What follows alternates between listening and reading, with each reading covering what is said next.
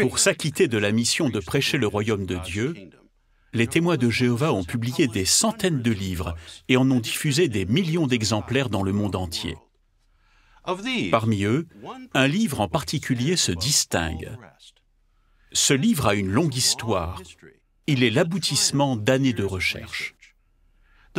Il s'agit des Saintes Écritures, traduction du Monde Nouveau. C'est un recueil des écrits sacrés de Dieu que certains considèrent comme l'une des meilleures traductions de la Bible jamais réalisées. Mais quelle est son histoire et pourquoi est-il important pour ceux qui s'intéressent à la vérité sur Dieu? Au milieu du 19e siècle, il est facile de se procurer des versions anglaises de la Bible. Charles Russell utilise plusieurs Bibles pour ses recherches. Il en fait part au lecteur de la revue Le Phare de la Tour de Sion. En 1880, Russell recommande aux étudiants de la Bible l'emphatique Diaglotte ainsi que les versions de Tischendorf et de l'Union biblique américaine. En 1884, Russell et d'autres personnes désireuses de répandre l'enseignement biblique enregistrent légalement la Zion's Watchtower Tract Society. La Zion's Watchtower s'est mise à diffuser des Bibles pour rendre service à ses lecteurs.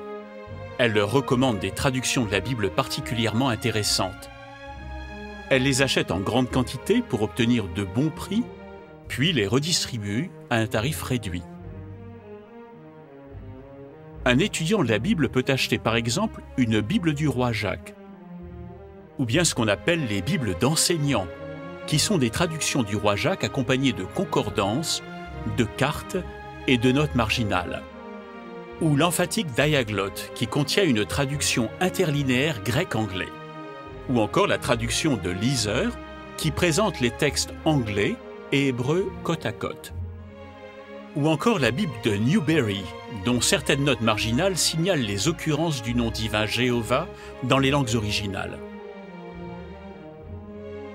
Enfin, le Nouveau Testament de Tischendorf, dont les notes en bas de page indiquent les variantes entre plusieurs manuscrits de la Bible en grec ancien.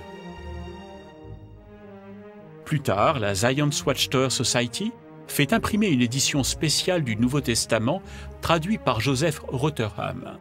C'est la toute première fois qu'une Bible est publiée par la Watchtower. En 1896, l'association modifie son nom en y ajoutant le mot Bible. Elle devient la Watchtower Bible and Tract Society. À l'époque, cette entité n'imprime et ne relie pas de Bible. Elle engage des sociétés commerciales pour faire ce travail. Cependant, on peut dire qu'elle participe activement à l'édition de traduction de la Bible. Plus tard, la Watchtower se charge de produire elle-même des traductions de la Bible. En décembre 1926, elle imprime et relie l'emphatique Diaglotte dans son imprimerie de Concord Street. C'est en 1942 que sort des presses une Bible complète, la version du roi Jacques avec notes marginales. Même si toutes ces publications sont très utiles, l'organisation de Jéhovah est déterminée à rendre la parole de Dieu de la meilleure façon possible. Le 2 août 1950, au Yankee Stadium, Nathan Knorr, le président de la Watchtower Bible and Tract Society, annonce aux 82 075 assistants qu'il y a du nouveau. Des années de travaux de recherche sur la Bible portent enfin leurs fruits. Aujourd'hui, par la faveur imméritée de Jéhovah, j'ai le grand plaisir de vous annoncer, lors de cette Assemblée internationale Accroissement de la théocratie, la parution des Écritures grecques chrétiennes, traduction du Monde Nouveau.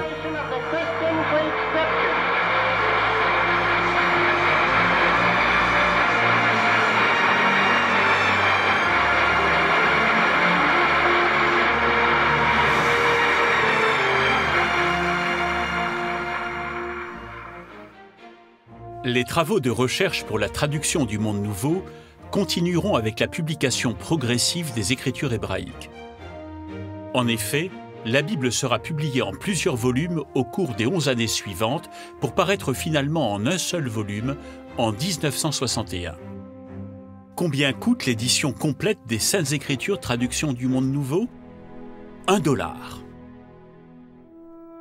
Enfin, une traduction en laquelle les étudiants sincères de la Bible peuvent avoir confiance. Avant, beaucoup de frères et sœurs devaient utiliser une Bible traduite par la chrétienté. Et à cause des croyances de la chrétienté, en la Trinité, en l'enfer, etc., les frères se posaient constamment la question en lisant leur Bible, est-ce que c'est vraiment ça dans le texte original ? Mais maintenant qu'ils ont une Bible, en anglais ou dans une autre langue, qui a été préparée par l'Organisation de Jéhovah, par ceux qui comprennent les Saintes Écritures, ça leur donne confiance. Et donc les frères, quand ils lisent leur Bible, ils n'ont plus à se demander « Est-ce que la Bible dit vraiment ça ?» Mais ils peuvent se demander « Qu'est-ce que ça signifie pour moi ?» Le comité de traduction du Monde Nouveau de l'époque nous a légué un incroyable héritage de travaux bibliques. Voici une partie des documents que le comité a produits en 12 ans. Il s'agit essentiellement de la Bible complète, produite méticuleusement à la machine à écrire et à la main. Quand vous ouvrez ces classeurs, vous découvrez l'incroyable travail effectué il y a des dizaines d'années. Par exemple, à la première page de la Genèse, on trouve une note manuscrite indiquant le moment où la traduction de cette partie a commencé. À 11h30, le mardi 12 février 1952. Genèse 2, verset 4, la première occurrence du nom de Dieu Jéhovah dans la Bible. Des notes en bas de page détaillées, tapées à la machine, des renvois marginaux écrits à la main dans Romains chapitre 1, des corrections écrites à la main qui seraient finalement intégrées dans la version finale. Genèse 1, verset 4, « Après cela, Dieu vit que la lumière était bonne. » Genèse 2, verset 5, « Or, il ne se trouvait encore sur la terre aucun buisson des champs. » Ce travail allait s'étendre aux 66 livres de la Bible. Ils ont travaillé sans ordinateur, sans tous les outils informatiques que nous avons aujourd'hui. Et pourtant, quand on voit de quelle façon méthodique ils se sont efforcés de traduire la parole de Dieu pour qu'elle soit claire et facile à comprendre, tout en restant fidèles à l'original, personnellement, je suis impressionné par ce qu'ils ont réussi à faire. Mais d'un autre côté, je ne devrais pas l'être, parce que je sais que c'est l'Esprit de Jéhovah qui a aidé ses frères à accomplir cette tâche. Tout ce travail a été l'œuvre d'un comité de biblistes qui voulait rester anonyme. Ils souhaitaient que cette Bible attire l'attention sur Dieu et pas sur eux. Incontestablement, la plus belle réussite de ce travail est d'avoir rendu scrupuleusement le nom de Dieu Jéhovah à tous les endroits où il devait apparaître dans les textes originaux. La traduction du Monde Nouveau n'a pas été la première Bible à employer le nom de Dieu, mais elle a peut-être été la première à le rendre systématiquement dans les parties hébraïques et grecques de la Bible. L'emploi de Jéhovah dans les Écritures grecques est critiqué. Certains objectent que les disciples de Jésus suivaient certainement la superstition juive qui interdisait de prononcer le nom de Dieu.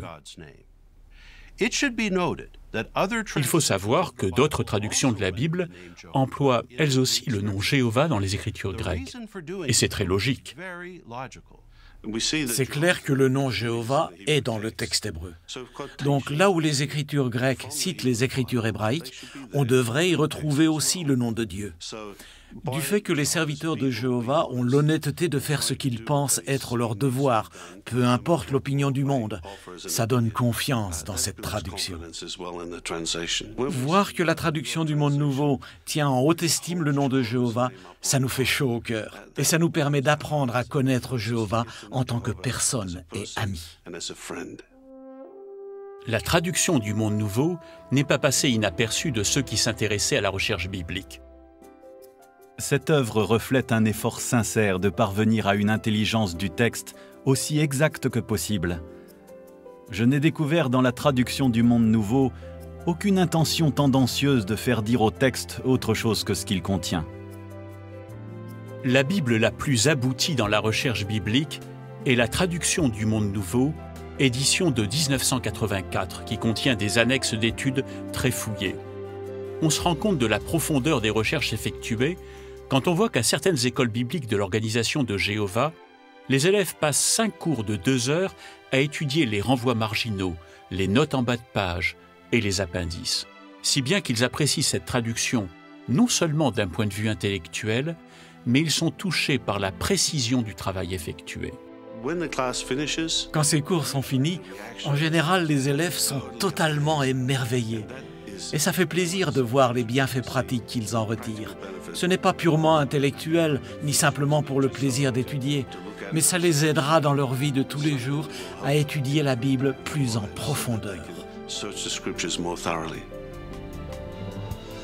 Cet après-midi, nous vous annonçons la parution de la traduction du Monde Nouveau, édition complète en slovaque et en tchèque. Depuis 1961, la traduction du Monde Nouveau est parue en plus de 120 langues et a été imprimée en plus de 200 millions d'exemplaires. Elle est disponible sous forme imprimée, sous forme audio, sur Internet et en langue des signes sous forme vidéo pour les sourds. À l'évidence, cette traduction est une réalisation d'une grande érudition. Mais plus important, la traduction du Monde Nouveau joue un rôle essentiel pour amener des millions de personnes sincères à la connaissance exacte de la vérité. Tous nos remerciements et nos louanges vont à l'auteur de la Bible, notre Dieu, Jéhovah.